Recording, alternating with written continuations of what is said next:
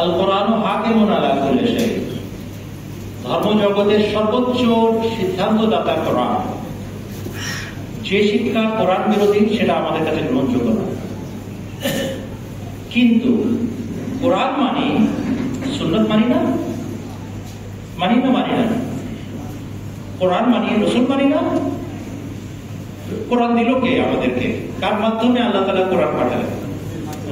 যদি নবী সাল্লাল্লাহু আলাইহি ওয়াসাল্লামের পবিত্র অস্তিত্বকে অস্বীকার করি, তাহলে আমরা কোরআন হাতছাড়া হয়ে যায় আমাদের।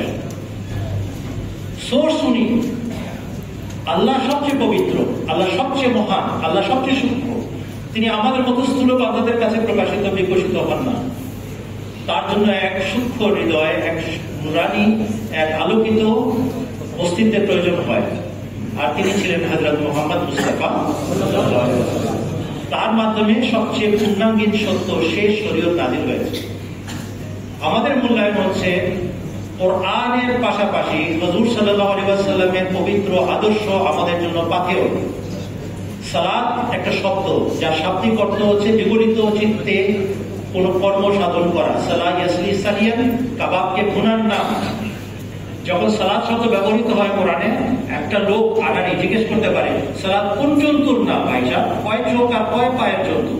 তখন তাকে বলা হবে না না না, সালাত কিভাবে দাঁড়িয়ে আল্লাহু আকবার বলে তাহরিম তাকবীরে তাহরিম বলে নামাজে দাঁড়ানোর নাম, রুকু সিজদায় ভরপুর, তাসবিহ তাহমিদে ভরপুর, আল্লাহর কাছে নিজেকে সমর্পণ করার নাম সালাত, তাই না? এই সালাতে দেখালো কে? সালাতের আদেশ আছে কোরআনে বারবার, কিন্তু সালাতের আকার, সালাতের বিষয়টি, সালাতের পূর্ণাঙ্গীন শিক্ষাটা কে দিল? হযরত মুহাম্মদ মুস্তাফা সাল্লাল্লাহু আলাইহি ওয়াসাল্লাম আমাদের সাথে রাখলেন। কার মাধ্যমে? আল্লাহই শিখিয়েছেন। অতএব একটা হচ্ছে থিওরি, আরেকটা হচ্ছে প্র্যাকটিক্যাল ডেমনস্ট্রেশন, বাস্তব রূপায়ণ। এই জন্য আমরা জানি আল্লাহ তাআলা একটি জিনিস নয়, দুটি জিনিস নাযিল করেছেন। একটি আল কোরআন, আর আরেকটা হচ্ছে হযরত মুহাম্মদ সাল্লাল্লাহু আলাইহি ওয়াসাল্লামের আদর্শ। একই সাথে কোরআনের থিওরি নাযিল হচ্ছে, একই সাথে ডেমনস্ট্রেশন দিয়ে যাচ্ছেন হযরত মুহাম্মদ মুস্তাফা সাল্লাল্লাহু আলাইহি ওয়াসাল্লাম। এটা হচ্ছে আপনার প্রশ্নের উত্তরে আমার সংক্ষিপ্ত জবাব। এখনকার মতো আজকের অনুষ্ঠানে এতটুকু থাক।